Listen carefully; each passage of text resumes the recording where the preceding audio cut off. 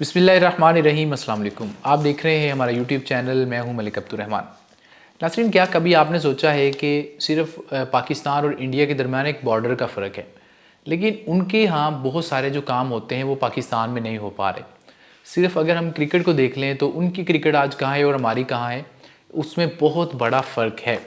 तो उसकी बड़ी वजह एक ये भी है कि वहाँ का जो क्रिकेट सिस्टम है वो बहुत ज़्यादा स्ट्रॉन्ग है और वो अपने प्लेयर्स पे पैसा लगाते हैं, ना सिर्फ उनकी टेक्निक पे कैसा वो खेलते हैं, बल्कि उनको वो जो है वो शऊर भी देते हैं।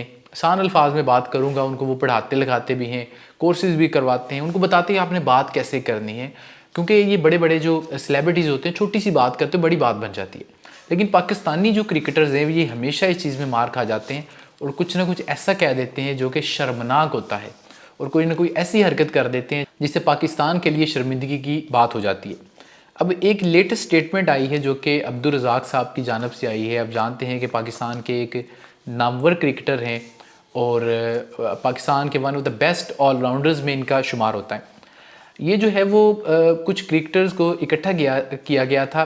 मेरे ख्याल में 2009 का जो पाकिस्तान T20 वर्ल्ड कप जीता था, उसके अंदर जो खिलाड़ी शामिल थे उनको बुलाया गया था और उनसे सवालात का सिलसिला जारी था। वहाँ पर अब्दुल रज़ाक साहब ने इंडियन अदाकारा ऐश्वर्या राय के बारे में शर्मनाक जो है वो रिमार्क्स दिए हैं, और जिसके बाद इंडियन मीडिया के ऊपर जो है वो पाकिस्तान के बारे में ख़ास तौर पर बहुत बुरी बुरी बातें कही जा रही हैं और इन लोगों को जाहल और पता नहीं क्या क्या कहा जा रहा है।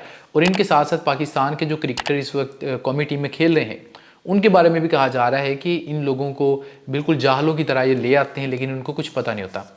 अब्दुल रज़ाक साहब ने अपने इस बयान में कहा, वो कुछ बात कर रहे थे, उसमें उन्होंने एक फ़िक्रा कहा कि ये तो ऐसे ही है कि मैं ऐश्वर्या राय से शादी करूं और फिर ये भी एक्सपेक्ट करूं कि बड़ा नेक और परहेज़गार बच्चा पैदा होगा, तो ऐसा नहीं हो सकता। अब ये अंदाज़ा लगाएं कि इस बयान का क्या तुक बनता था। ये होता है ना कि उड़ता तीर लेना, ये वो वाला हिसाब है कि वो ख़तून अपने मुल्क में बैठी है अपना, और उसने बहुत सारी फ़िल्में भी की हैं और सैकड़ों और भी अदाकाराएँ हैं, लेकिन उनका एक अपना नाम है। तो आपने उनका नाम क्यों लिया है? अगर आप जो है वो किसी मुहज़्ज़म मुल्क में होते तो हो सकता है अब तक आप जेल में होते, क्योंकि आप किसी के ऊपर इस तरीके से इल्ज़ाम नहीं लगा सकते, किसी के ऊपर तोहमत नहीं लगा सकते। और बतौर मुसलमान हमें तो इस चीज़ की बहुत ज़्यादा सख्ती की गई है कि आप किसी ख़तून के ऊपर इस तरीके से बात नहीं कर सकते। लेकिन इन्होंने एक ये फ़िक्रा कह दिया है, एक क्रिकेटर ने कहा है, लेकिन उसके ऊपर जो तनकीद है वो पूरे पाकिस्तान पे हो रही है, बल्कि पाकिस्तान के तमाम जो क्रिकेटर्स हैं सब के ऊपर तनकीद हो रही है। और ख़ास तौर पर शाहिद अफरीदी उनके बिल्कुल साथ बैठे हुए थे, और ये जो मोहतरम है ये भी अक्सर कोई ना कोई ऐसी बात कर देते थे, और जब ये क्रिकेट खेलते थे तब भी कोई ना कोई इनका कारनामा सामने आ जाता था। तो इन लोगों की वजह से पाकिस्तान का नाम बदनाम होता है।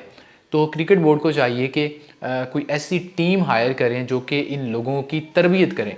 मैं ये नहीं कहता कि घरों में इनकी तरबियत नहीं हुई होगी, लेकिन कुछ बच्चे होते हैं जो कि उनकी तरबियत घर में हो रही होती है, लेकिन वो सीखते समझते नहीं हैं। चाहे 50 साल के हो गए, लेकिन फिर भी ये लोग पाकिस्तान को इन्होंने रिप्रेजेंट किया है। ये पूरी दुनिया में जाते हैं और इनको पाकिस्तान के नाम से जाना जाता है। तो वहाँ पर जाके कोई ना कोई बोंगी मार देते हैं। इनको बात करने का नहीं पता, इनको ये नहीं पता कि ड्रेसिंग कैसे करके जानी है, इनको ये नहीं पता हेयर स्टाइल कैसे बनाना है।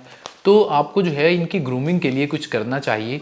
ये जो साबिक क्रिकेटर्स हैं इनको भी कोई क्लासेस दिलवानी चाहिए, इनको अलफ़ बे पे दोबारा से पढ़ानी चाहिए कि आपने इस तरीके से कोई बात नहीं करनी।